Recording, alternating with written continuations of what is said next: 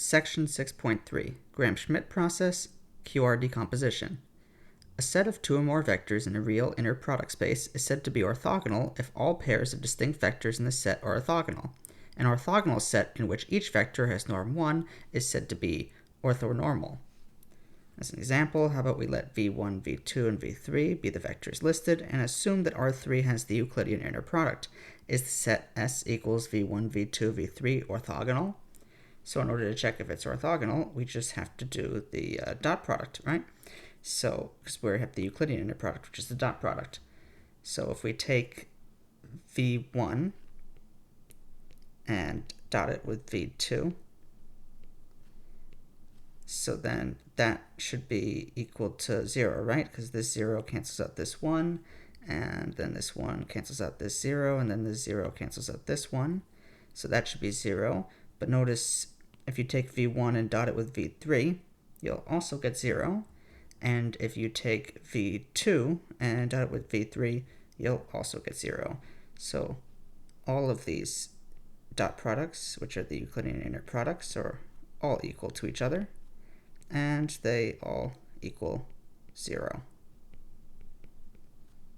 So that implies that yes, S is orthogonal. The process of multiplying a vector v by the reciprocal of its length is called normalizing v. So as an example of that, how about we normalize the vectors from example 1? So let's get the length of v1. And notice we just have 1 there, so when we take 1 squared to take the square root, we'll just get 1, according to the Euclidean norm. And we'll get the length of v2. And that's going to be the square root of 1 squared plus 1 squared, so square root of 2. And then we can get that the length of v3 is square root of 2 also. So that means that we can get u1 equal to v1 divided by its length, and that'll be the normalization of v1. So if we divide v1 by 1, then we just get v1, so 0, 1, 0. So v1 is equal to its normalization. But for u2, that's v2 divided by its length, so that's 1 divided by square root of 2, 0, and 1 divided by square root of 2. So u2 is not equal to v2. Let's get u3 now. So that'll be v3 divided by its length. And that's equal to 1 over root 2, 0, minus 1 over root 2. Now let's take the inner products just as a check. Let's take u1 inner product with u2.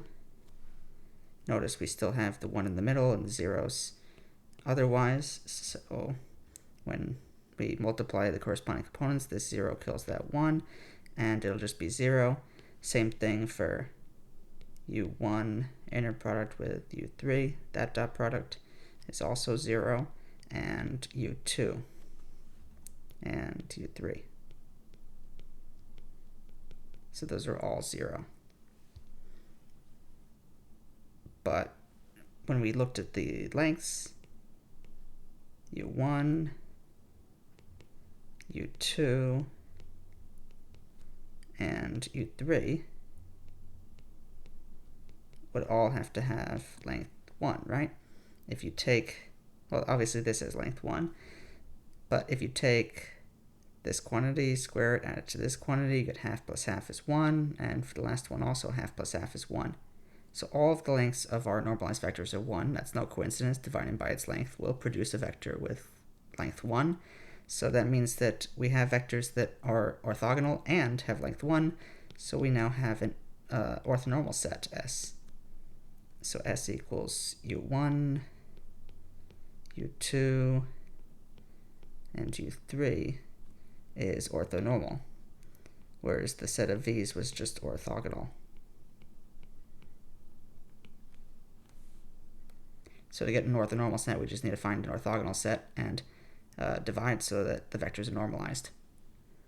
If S equals V1 through Vn is an orthogonal set of non-zero vectors in an inner product space, then S is linearly independent. To prove this, let's assume that K1V1 plus K2V2 and so on through KnVn is equal to 0. So we have to demonstrate linear independence, we have to prove that all of the constants are 0. So for each Vi and S, it follows that K1V1 plus K2V2 and so on, if we take that inner product with V1, then that's the inner product of 0 with Vi,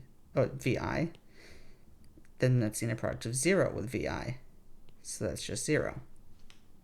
So that's the same thing as saying that the constant times each of those terms gets you to 0, right? Because we could pull the constant out of the inner product by the properties of inner product and then separate them out into each of their own inner products with Vi.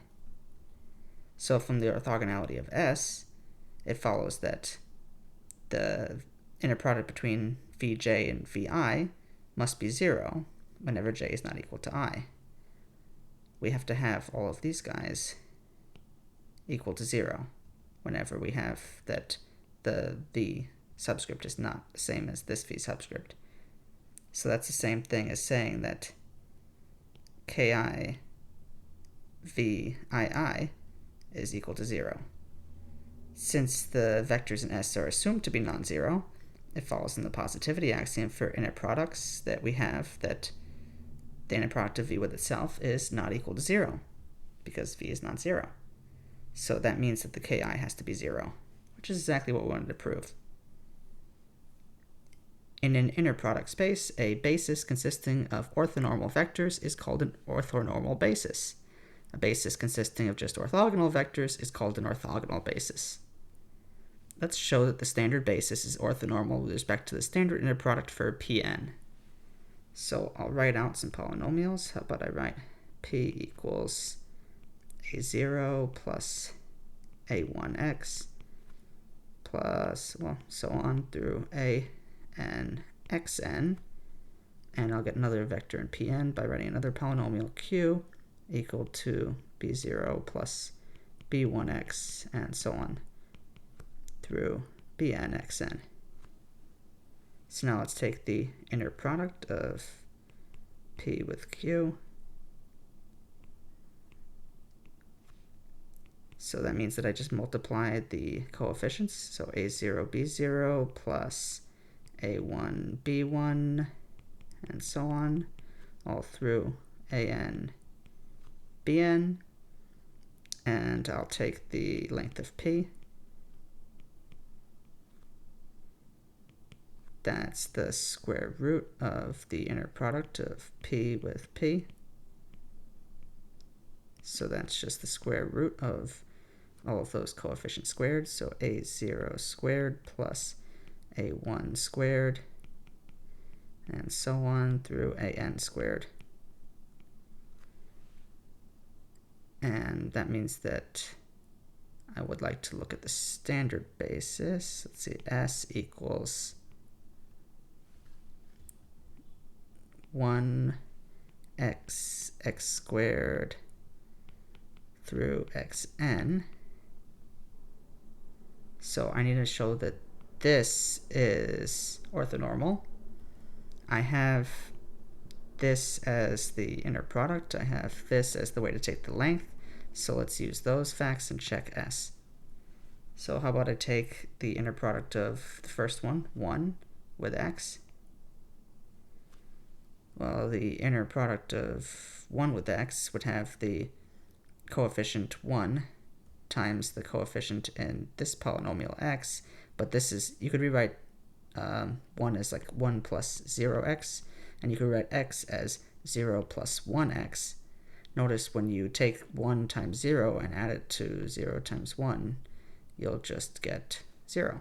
So the inner product of 1 with x will give you 0, and similarly, because you only have one coefficient in each of these vectors in this set, and the coefficients don't match up, they're all in different places, all of the rest of the coefficients in each of these is 0. Whenever you multiply them out, you're going to get 0. So inner product of 1 with x will give you 0. The inner product of 1 with x squared would also give you 0, and so on. So and then if you go to the inner products of x with each of the successive vectors, x with x squared will give you 0. X with x cubed will give you 0, all by the same reasoning, and so on.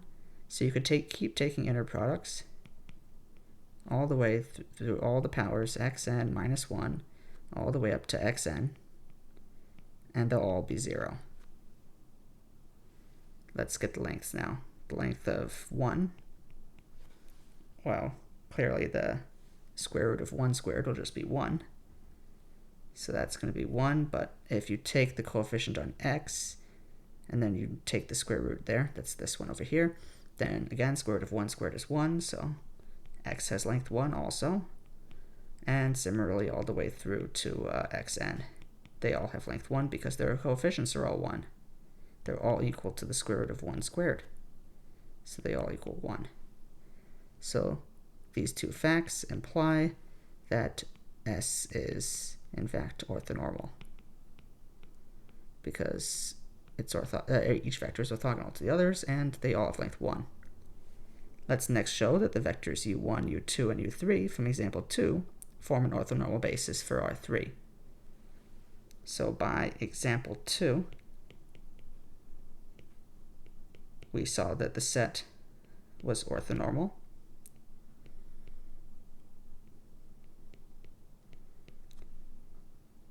And that implies that the set is linearly independent.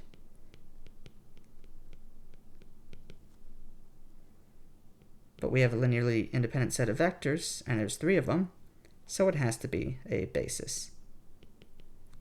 Because, or since the dimension of R3 is equal to 3. If S equals V1 through Vn is an orthogonal basis for an inner product space V, and if U is any vector in V, then U can be written as the inner product of U with V1, U with V2, U through Vn, divided by the length of V1 squared, length of V2 squared, length of Vn squared, and so on, multiplied by V1, V2 through Vn. So you should notice basically what we're doing is we're scaling these basis vectors in order to come up with a particular vector u in V. If S equals V1 through Vn is an orthonormal basis for an inner product space V, and if U is any vector in V, then U is equal to the inner product of U with V1 times V1 plus inner product of U with V2, and so on. So if it's an orthogonal basis, notice we have to divide by the lengths, which should make sense. We have to normalize each of those vectors, V1 through Vn. But if the basis is orthonormal, then we don't have to divide by anything. We just have to take a bunch of inner products. So let's prove this real quick. Since S equals V1 through Vn is a basis for V, every vector u in V can be expressed in the form where we have V1 through Vn and some linear combination, so a bunch of constants times each of those vectors. We'll complete the proof by showing that the constants happen to be these inner products divided by these lengths. To do this, let's observe first that the inner product can be rewritten as this dot product taken as an inner product with Vi, because that's what U is. U is just this linear combination. I just replaced it. So we can use the properties of inner product to separate out all the constants and split up all of these into a bunch of separate inner products. Since S is an orthogonal set, all of the inner products in the last equality are 0, except for the ith. So we have that the inner product with u of vi is equal to ci vi vi, and that's the same thing as saying that this thing is the length squared. Then just divide by vi squared, and you get that ci is equal to this thing, which is exactly what we wanted to prove. Let's do part B. Here we have each of the lengths is equal to 1, so part A basically becomes part B. When you have an orthonormal set, we get part B for free, basically. The coordinate vector of a vector u and v relative to an orthogonal basis S is just basically that thing we just talked about. And relative to an orthonormal basis, it's even simpler. How about we do an example? Let's let v1, v2, and v3 be the vectors given. It is easy to check that S equals v1, v2, v3 is an orthonormal basis for R3 with the Euclidean inner product. Express the vector u equals 1, 1, 1 as a linear combination of the vectors in S and find the coordinate vector us. So let's get the inner product of u with v1, v2, and v3. So the inner product of u with v1, well, that's just 1, right? Because we have 1, 1, 1. Inner product with v1, the zeros cancel most of the terms. And we're gonna next do u with v2.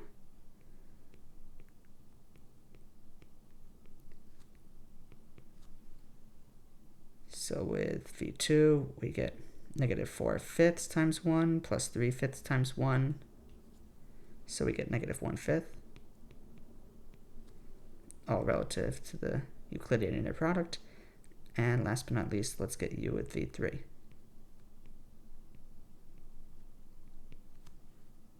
So 3/5 and 4/5 gives us 7/5.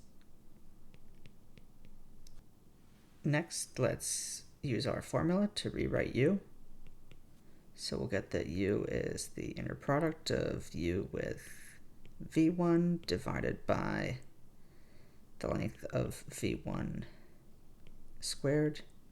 It's supposed to be a comma, and that'll multiply by v1, and then we'll add that to the inner product of u with v2 divided by the length of v2 squared, and multiply that by v2, and add that to the inner product of u with v3, divide that by the length of v3 squared, and multiply by v3.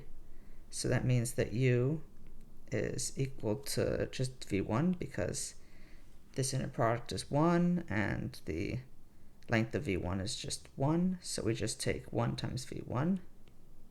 This entire thing is 1. And then this is minus 1/5. And then dividing by the length of v2, that's just 1. So we just get minus 1/5. And then lastly, we just get 7/5 for v3, the coefficient. Okay, so that's nice. That means that if I want to rewrite the vector 1, 1, 1, then that'll be v1, which is 0, 1, 0, minus 1/5 of v2, which is minus 4/5, 0, 3/5, and add that to 7/5 of v3, which is 3/5, 0, 4/5, as given in the problem. And we can write the coordinate vector us as the inner product of u with v1 in the first coordinate, and inner product of u with v2 in the second coordinate, and the inner product of u with v3 in the last coordinate. So that's just, as we calculated, 1 minus 1/5, 7/5.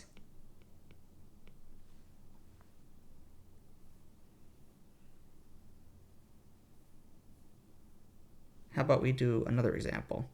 Let's show that the vectors given form an orthogonal basis for R3 with the Euclidean inner product, and let's use that basis to find an orthonormal basis by normalizing each vector. So first, let's get the inner products. We got W1 with W2. Notice that'll be 0 because of these zeros and this 0.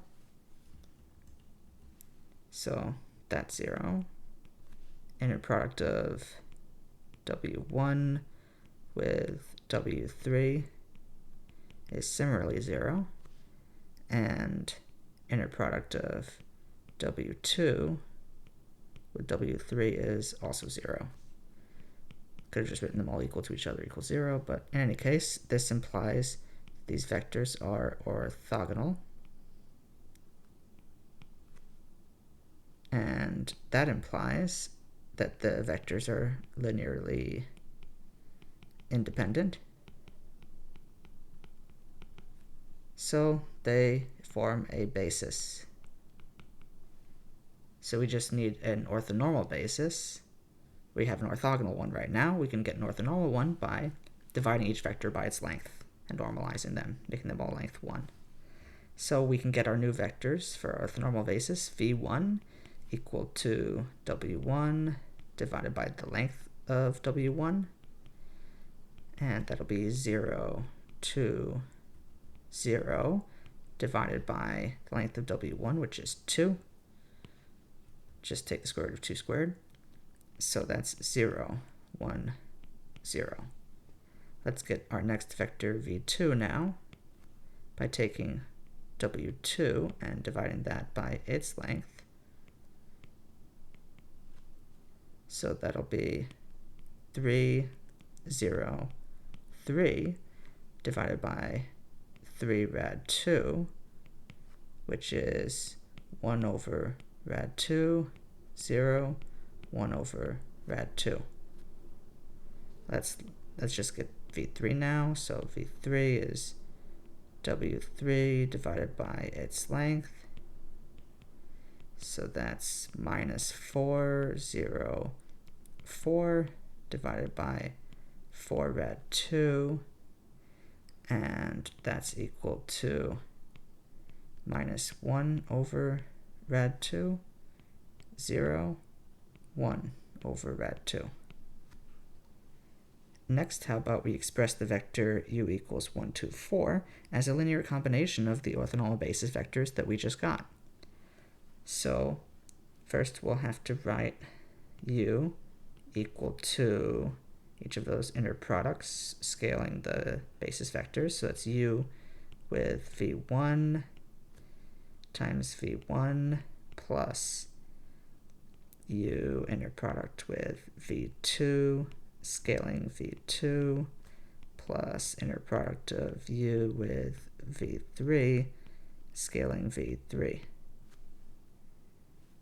Okay, so let's calculate each of these inner products. So let's get, how about u with v1? So that's equal to the inner product of 1, 2, 4 with 0, 1, 0. So that's just the dot product in this case. So 1, 2, 4 dotted with 0, 1, 0. And that's just 2. Let's get the other dot products we need. U with v2. So we'll take 1, 2, 4 and dot that with 1 over rad 2, 0, 1 over rad 2. And we get 5 over rad 2. Okay, one more. We'll get u with v3. And that's just 1, 2, 4 dotted with minus 1 over rad 2, 0, 1 over rad 2, which is 3 over rad 2. So now we can take the vector 1, 2, 4, and we can rewrite it as 2 times v1, which is 0, 1, 0, plus 5 over rad 2 times v2, which was 1 over rad 2, 0, 1 over rad 2, plus 3 over rad 2 times v3 minus 1 over rad 2, 0, 1 over rad 2.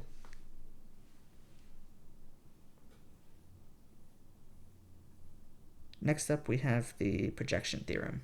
If W is a finite dimensional subspace of an inner product space V, then every vector U and V can be expressed in exactly one way as U equals W1 plus W2, where W1 is in W and W2 is in W perp. The vectors W1 and W2 in this theorem are commonly denoted as the projection of U on W and the projection of U on W perp. These are called the orthogonal projection of U on W, orthogonal projection of U on W perp, respectively. The vector W2 is also called the component of U orthogonal to W. Using this notation, we can write U equal to W1 plus W2, but we'll just replace those with these guys. And that's the same thing as writing projection of U on W, but replacing projection of U on W perp with U minus the projection of U on W. So you can see that these kind of cancel out, so it makes sense. Let W be a finite dimensional subspace of an inner product space V. If V1 through VR is an orthogonal basis for W and U is any vector in V, then the projection of U on W is equal to each of these inner products. Notice this looks kind of familiar, right? Divided by each of these lengths, scaling each of the vectors V1 through VR. If V1 through VR is an orthonormal basis for W and U is any vector in V, then the projection of U on W simplifies, right? All of these are equal to 1 and they drop out. You just get the numerators times V1 through VR. Okay, let's prove this real quick. It follows from theorem 6.3.3 that the vector U can be expressed in the form U equals W1 plus W2, where W1 is the projection of U on W, and W2 is in W perp. It follows from theorem 6.3.2 that the component projection of U on W equals W1 can be expressed in terms of the basis vectors for W. Right? We can write it as W1 just because it's any vector we can rewrite in terms of the basis vectors as long as we take all of these as the scalars. Since W2 is orthogonal to W, that means that if we take W2 and we look at the inner product with V1, V2, etc. through VR, it must be 0. So therefore, we can write that the projection of U on W is equal to W1, right, this entire thing over here, but we can throw in all of these inner products in the numerator because it's like adding 0 over and over. But that's the same thing as writing this thing right over here.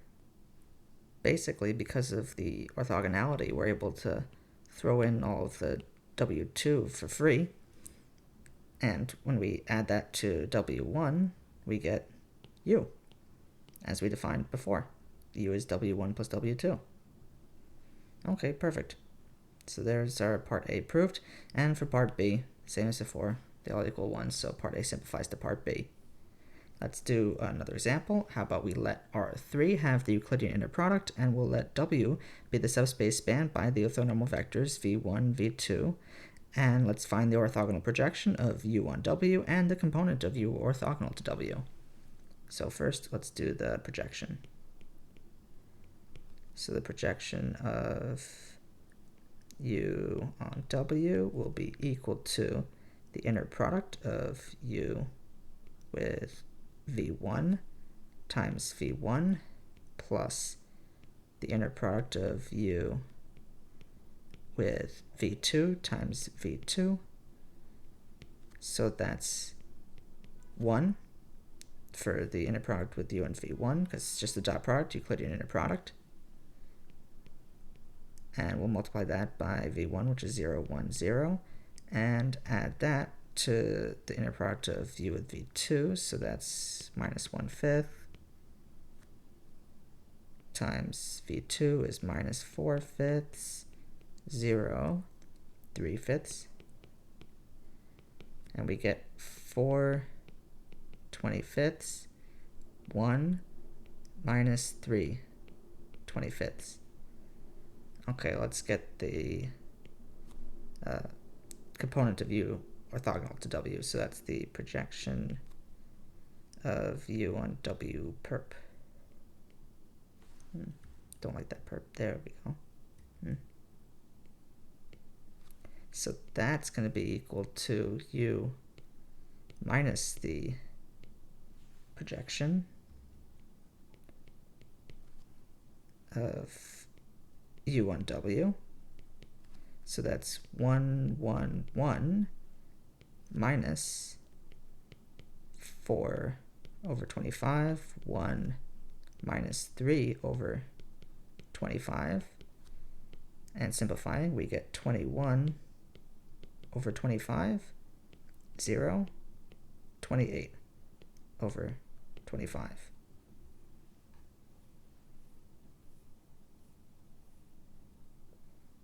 Every non-zero finite dimensional inner product space has an orthonormal basis. Let's see if we could prove this. Let W be any non-zero finite dimensional subspace of an inner product space, and suppose that U1 through UR is any basis for W. It suffices to show that W has an orthogonal basis, since the vectors in that basis can then be normalized to obtain an orthonormal basis. So all we gotta do is find an orthogonal one. The following sequence of steps will produce an orthogonal basis for W. So this proof is actually kind of important because these steps are exactly what we'll use to find orthogonal bases and then we'll normalize them to get orthonormal ones. Step 1. Let our first vector in our new basis, v1, be equal to our first old vector, u1, from the old basis. Step 2. Let's obtain a new vector, v2, that is orthogonal to v1 by computing the component of u2 that is orthogonal to the space w1 spanned by v1. So using theorem 6.3.4, v2 is u2 minus the projection of u2 on w1.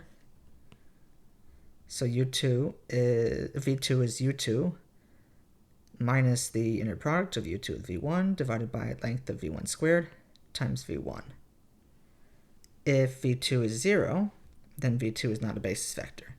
But this can't happen, since it would then follow from the preceding formula for v2 that u2 would equal this entire thing, right? But then that would be equal to the entire thing times u1 divided by length of u1 squared. But then u2 would have to be a multiple of u1. But they can't be because all of the u's are linearly independent. One of the nice things about starting out with a basis to begin with. Next step, we want to get a vector v3 that is orthogonal to both v1 and v2. So what we do is we compute the component of u3 orthogonal to the space w2 spanned by v1 and v2. So that means that v3 would be the u3 minus the projection of u3 on w2.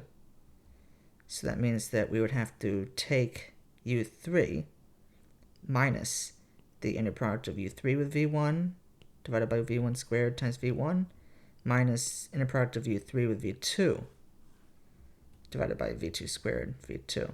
So each time that you want to get another vector, you're doing another step, you have to subtract more and more other vectors. You have to do more and more inner products because you have to make sure that it's orthogonal to every other vector in the set.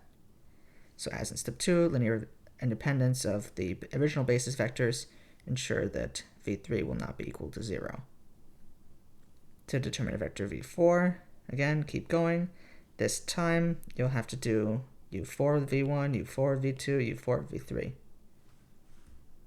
So you'll have to subtract off 3 of these guys for v1, v2, and v3 to make sure that it's orthogonal to all of them. Continuing this way, we will produce, after our steps, an orthogonal set of non-zero vectors v1 through vr. Since such sets are linearly independent, we will have produced an orthogonal basis for the r-dimensional space W, and then we can normalize them to obtain an orthonormal basis, just divide by the lengths. Okay, let's do an example. How about we assume that the vector space R3 has the Euclidean inner product. Let's apply the Gram-Schmidt process, that's the way that we proved the previous theorem, to transform the basis vectors u1, u2, and u3 into an orthogonal basis v1, v2, v3, and then normalize the orthogonal basis vectors to obtain an orthonormal basis q1, q2, q3. So let's do step 1. Let's first write v1, our new basis vector, equal to u1, so that'll just be 1, 1, 1. Step 2 now. Let's write v2 equal to u2 minus the projection of u2 on w1. So that'll be u2 minus the inner product of u2 with v1 divided by the length of v1 squared times v1. So that's 0, 1, 1 minus 2/3, 1, 1, 1, right? Because the inner product we get. And that'll give us minus 2/3, 1/3, 1/3 for v2. So now we have 2 vectors down. We just need 1 more, so step 3. We have v3 equal to u3 minus the projection of u3 on w2. So that's u3 minus inner product of u3 with v1 divided by length of v1 squared times v1, but we also have to subtract off the inner product of u3 with v2 divided by the length of v2 squared times v2. Okay, so that'll be equal to 0, 0, 1 minus 1/3, 1, 1, 1 minus 1/3 divided by 2/3 times minus 2/3, 1/3, 1/3. And simplifying, we get 0 minus a half, half. Okay, great. So now we have an orthogonal basis where our vector v1 is equal to 1, 1, 1. Our vector v2 is equal to minus 2/3, 1/3, 1/3.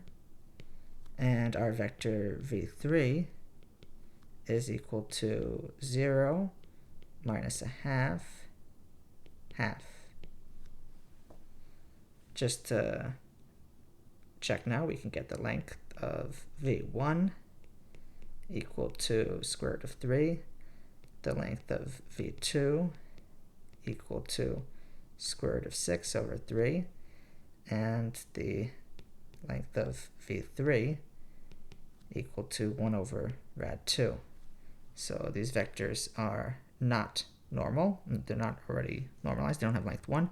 So in order to find the orthonormal basis, we're going to have to normalize. Okay, so we'll write q1 equal to v1 divided by its length. That'll be our first orthonormal basis vector. So that's 1 divided by rad 3, 1 divided by rad 3, 1 divided by rad 3. All right, Q2 time. So that'll be V2 divided by its length. So that's minus 2 over radical 6, 1 over rad 6, and 1 over rad 6. Lastly, how about we get Q3? So that's V3 divided by the length of V3. And that's 0 minus 1 over rad 2, 1 over rad 2. And that's our orthogonal basis.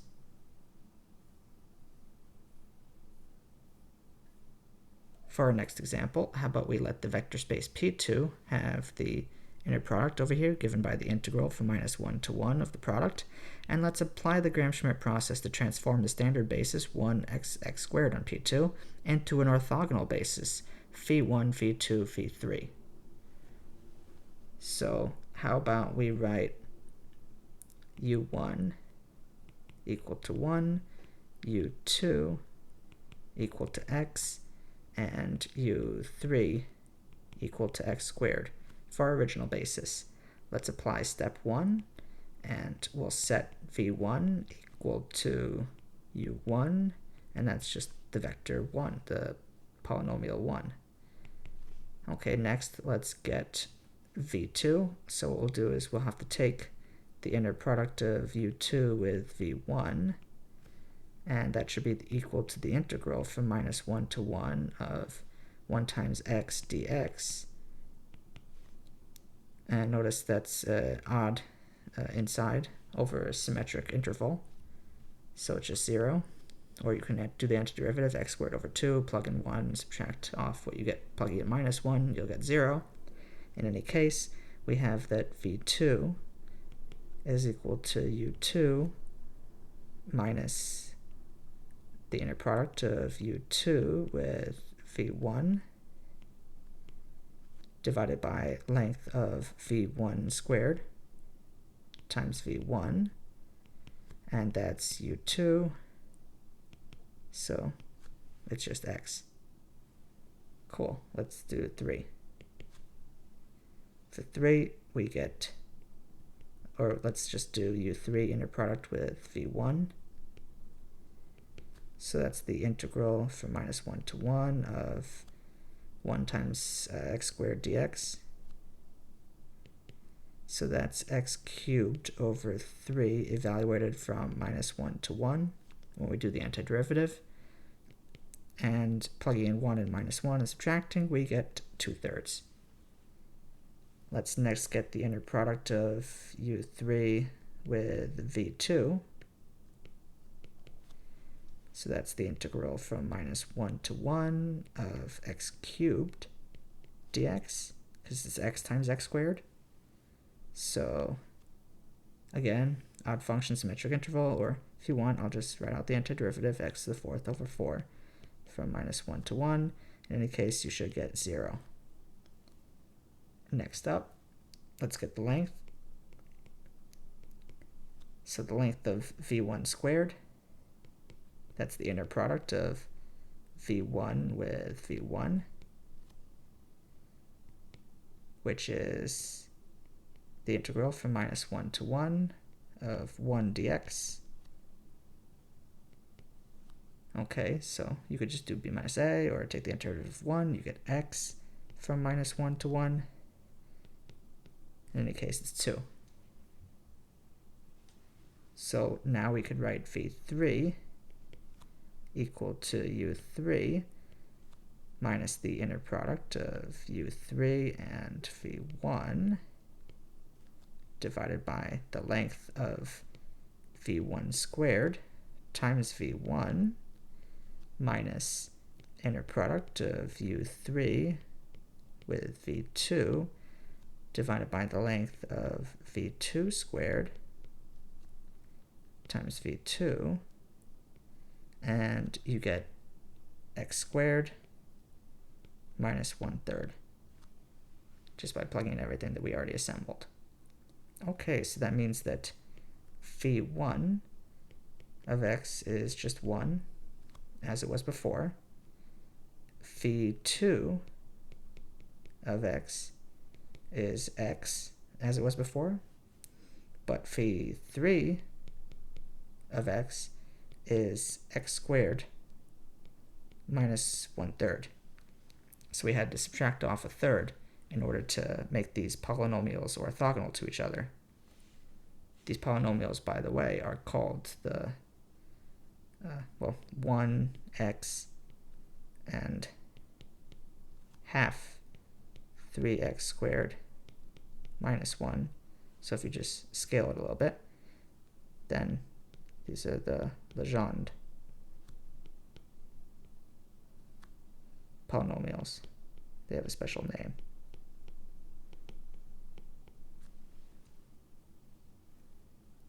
If W is a finite dimensional inner product space, then every orthogonal set of non-zero vectors in W can be enlarged to an orthogonal basis for W, and every orthonormal set in W can be enlarged to an orthonormal basis for W, kind of like the way that we used to enlarge linearly independent sets into bases. If A is an m by n matrix with linearly independent column vectors, then A can be factored as A equals QR, where Q is an m by n matrix with orthonormal column vectors and R is an n by n invertible upper triangular matrix. This is called QR decomposition. So how about we find a QR decomposition of this matrix given? So what we can do is we can write each of the columns as their own vectors. U1 can be 1, 1, 1. U2 would be 0, 1, 1. And U3 would be 0, 0, 1. So then by example 8,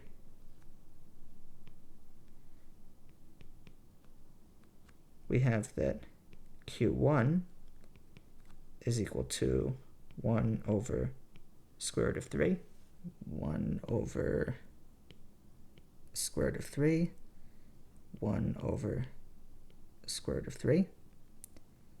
Because if you haven't noticed by now, these are literally the vectors that we found an orthonormal basis for in example 8.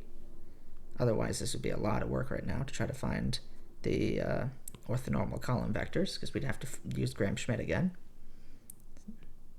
Q2 from example 8 was -2 over the square root of 6, 1 over the square root of 6, 1 over square root of 6.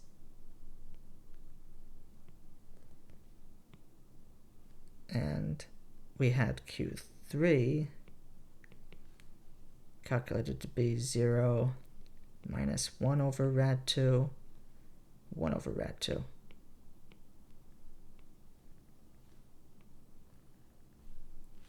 Okay, so now we can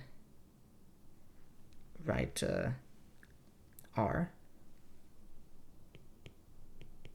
The matrix R will be given by, it's an invertible upper triangular matrix. It's going to be given by each of the inner products of U with the column vectors.